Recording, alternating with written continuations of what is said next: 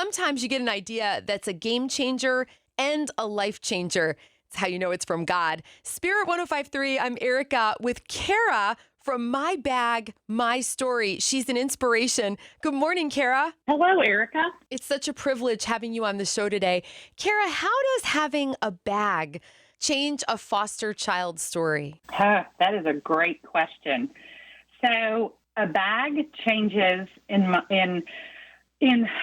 what I have seen in children. It gives them dignity. It gives them something to call their own, and it gives them ownership of something. So often kids are given trash bags, grocery bags, or, nothing to carry their belongings in. So when they're given a new, good-looking bag, it really does speak to them that they're valued. That's what getting a bag gives them. And who doesn't need to hear that message?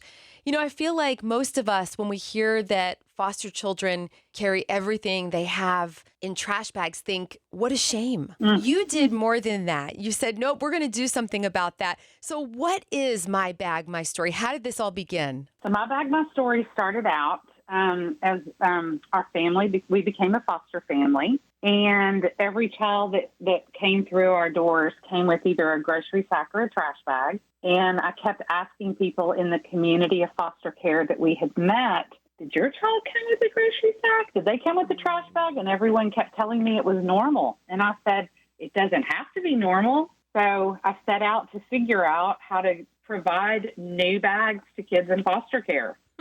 That is amazing. Why did you become a foster mom in the first place? Well, I'm an adopted child myself. I have a brother who is also adopted. My husband and I have 3 children, and we adopted 2 of them.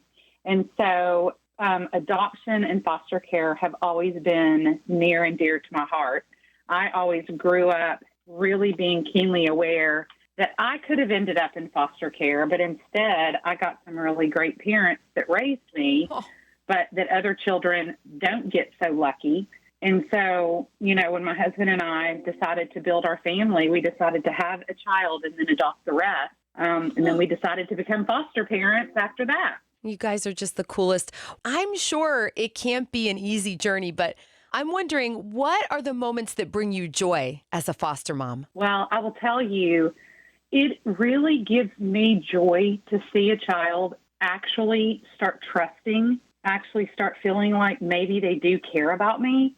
And, a bag is the very beginning. It's where they go from place to place. It's what they enter if they get a bag, if they're lucky enough to get a bag, it's what they enter the house with. But watching the children that we have fostered be able to settle in and know that they're going to get fed at night, know that they are going to get to go to the water park, just like our children, our homegrown children, to feel like they, fit into our family has been really incredible to just watch kids let their guard down a little bit. Yeah. I think in foster care, they travel not just with so much baggage as far as, their tangible belongings, but so much baggage, having most children end up in at least 3 to 5 homes per year. Wow. And so you can only imagine that when they go into a new place, they probably don't expect to stay very long.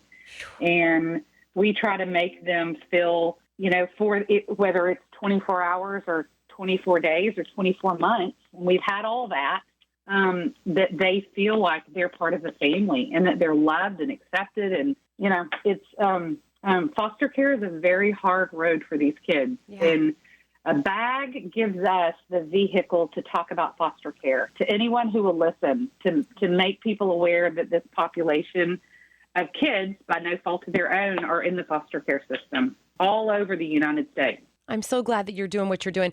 My friend Carrie is a new foster mom, and the little girl who she's taken into her house went strawberry picking for the first time the other day. And Carrie was like, I'm amazed at how much this little girl has seen in her little life, but also I'm amazed by the things she hasn't done yet.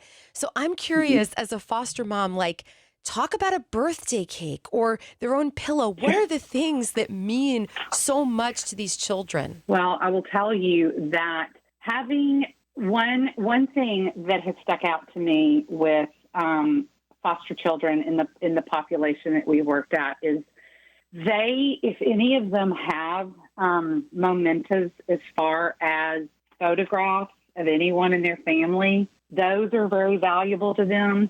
Wow. It is, just like you said, amazing that your friend realizes, like, she's probably seen a whole lot in her short life, but she's not had a parent to take her to the swimming pool, to take her to, gymnastics if she's interested in gymnastics or dance or, all the things that our kids get the benefit of. What are you interested in doing? They don't get that. And so watching them light up when you say, hey, what do you like doing? And they're like, well, I think I like playing basketball. And so you put them in basketball and they're like, oh my gosh, I get to play basketball. Like they just have no idea that even is an option because that's not the life that they've lived up to the time that they end up in foster care. Wow, Cara, you are living such a meaningful life, and I respect you so much. How many duffel bags and backpacks have you given so far with My Bag, My Story? We have given, we're getting close to 4,000 bags. Wow.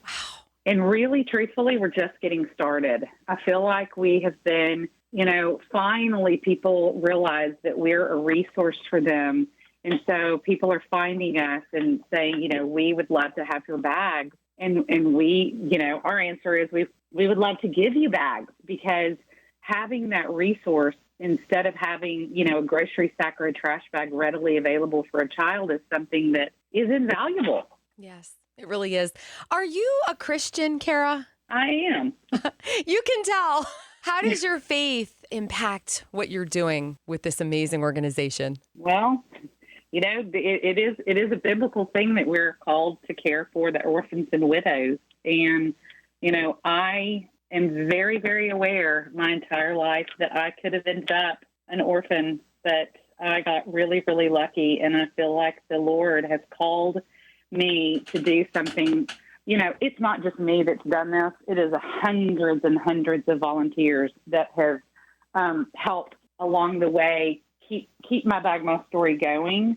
But I saw a need, and it was something as simple as a bag, and decided to try to provide bags for kids. Had no idea how I was going to do it, but every step that I took, I just asked, Lord, what do I do next? And that is truthfully how My Bag, My Story has continued to grow, is I just keep doing the next thing. Wow. It's that simple. I just believe there are many, many more chapters in this story. Thank you so much for sharing about My Bag, My Story on Spirit 105.3. Cara, God bless you. Thank you so much. God bless you too. And thank you for giving me the opportunity to share about these precious children. Oh, it's an honor. I hope you'll come back on the show one day. Thank you very much. I'd love to come back.